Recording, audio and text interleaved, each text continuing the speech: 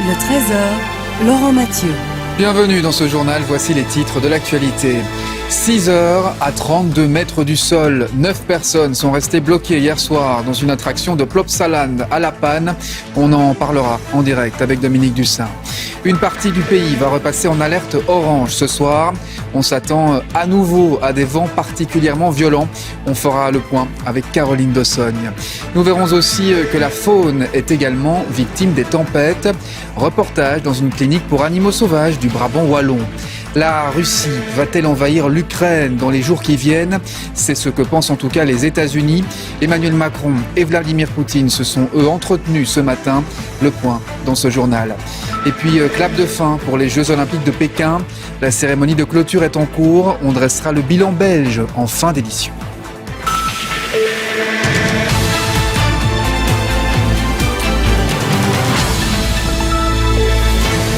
Bonjour à tous, c'est donc une aventure bien désagréable, on peut le dire, qu'ont vécu plusieurs personnes hier à Plopsaland. Elles sont restées bloquées pendant plusieurs heures sur une attraction à 30 mètres du sol. Elisabeth Grottars avec la VRT. Il est un peu plus de 17h quand 9 personnes se retrouvent coincées dans cette attraction du parc Plopsaland à une trentaine de mètres de hauteur. Les pompiers arrivent rapidement sur place, mais les rafales de vent et la pluie compliquent l'opération de sauvetage. De wind is nog steeds heel fel aanwezig. En dat daarvoor zorgde dat er nog in het begin wat moeilijkheden waren om de kraan en de kooi van de kraan stabiel te houden. Dat is dan opgelost met extra touwen om de mensen veilig en wel te kunnen laten overstappen in het bakje van de kraan en zo naar de begane grond te brengen. Il faudra attendre 6 heures pour que toutes les personnes soient évacuées de ces montagnes russes. Toutes sont saines et sauves et ont été emmenées à l'hôpital pour observation. 3 tieners. En de rest zijn gewoon volwassen mensen zoals u en ik. Zij hebben onderkoelingsverschijnselen, maar maken het op zich wel goed. On ignore encore si les vents violents ont un lien avec cet incident, d'autant que cette attraction est très récente. Elle a été inaugurée en juillet dernier. Et vous avez vu ces images comme moi, l'une des questions que l'on peut se poser, c'est était-il bien raisonnable de faire fonctionner ce genre d'attraction malgré la météo ? Ce week-end, une météo particulièrement venteuse. On va la poser, cette question, à Dominique Dussin, qui est sur place à La Panne. Dominique, comment le parc se justifie-t-il ?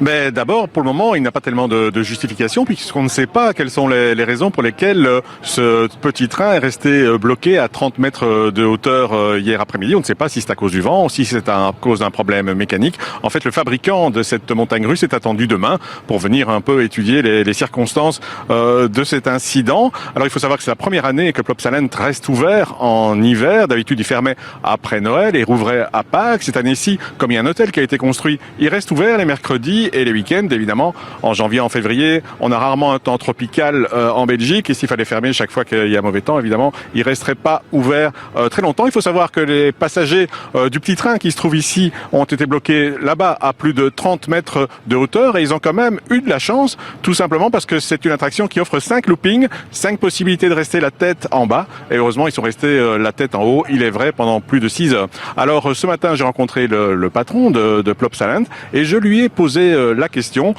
s'il était raisonnable ou pas d'avoir laissé cette attraction ouverte alors qu'il faisait quand même très mauvais. Je vous propose d'écouter sa réponse.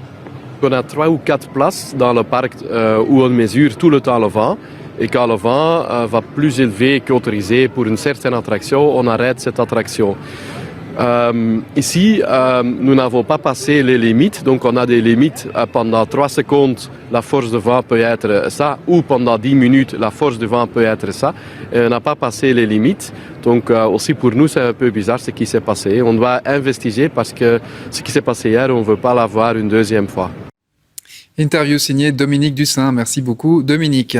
Dans l'actualité également, cet avertissement. Soyez vigilants, car la météo s'annonce une nouvelle fois bien venteuse ce dimanche. On va faire le point avec Caroline Dossogne. Caroline, l'IRM a émis une nouvelle alerte orange ce soir à la côte. Oui, bonjour Laurent. Effectivement, l'IRM a émis un nouvel avertissement en ce qui concerne le vent. Alors c'est un avertissement qui est très progressif. Depuis quelques minutes à la côte, eh bien, on est passé en jaune. Ça signifie qu'on attend des rafales de 80 à 90 km/h. Et puis ce soir et cette nuit, c'est une nouvelle perturbation qui va glisser sur la Belgique en apportant des rafales plus importantes. Donc l'avertissement, lui aussi, va évoluer d'ouest en est, avec déjà à partir de 19h, vous le voyez, les deux Flandres qui seront concernés. Et puis à partir de 21h, la côte va passer en orange. Ça signifie qu'on peut avoir des pointes jusqu'à 120 voire 125 km/h. À partir de 23h, tout l'intérieur des terres sera concerné par des rafales de 80 à 100 km/h, mais localement, ça pourrait parfois être un petit peu plus, toujours jusqu'à 125 du côté de la côte. Et puis ce n'est pas fini, puisque lundi, durant toute la journée, on reste encore en côte jaune, donc toujours des pointes possibles entre 80 et 100 km/h. En fait, il faudra attendre mercredi pour retrouver une journée calme, ensoleillée et sans rafale. Merci beaucoup Caroline Dossogne pour ce point en direct. Dans la suite de ce journal, nous ferons le point sur les élections françaises, les élections présidentielles.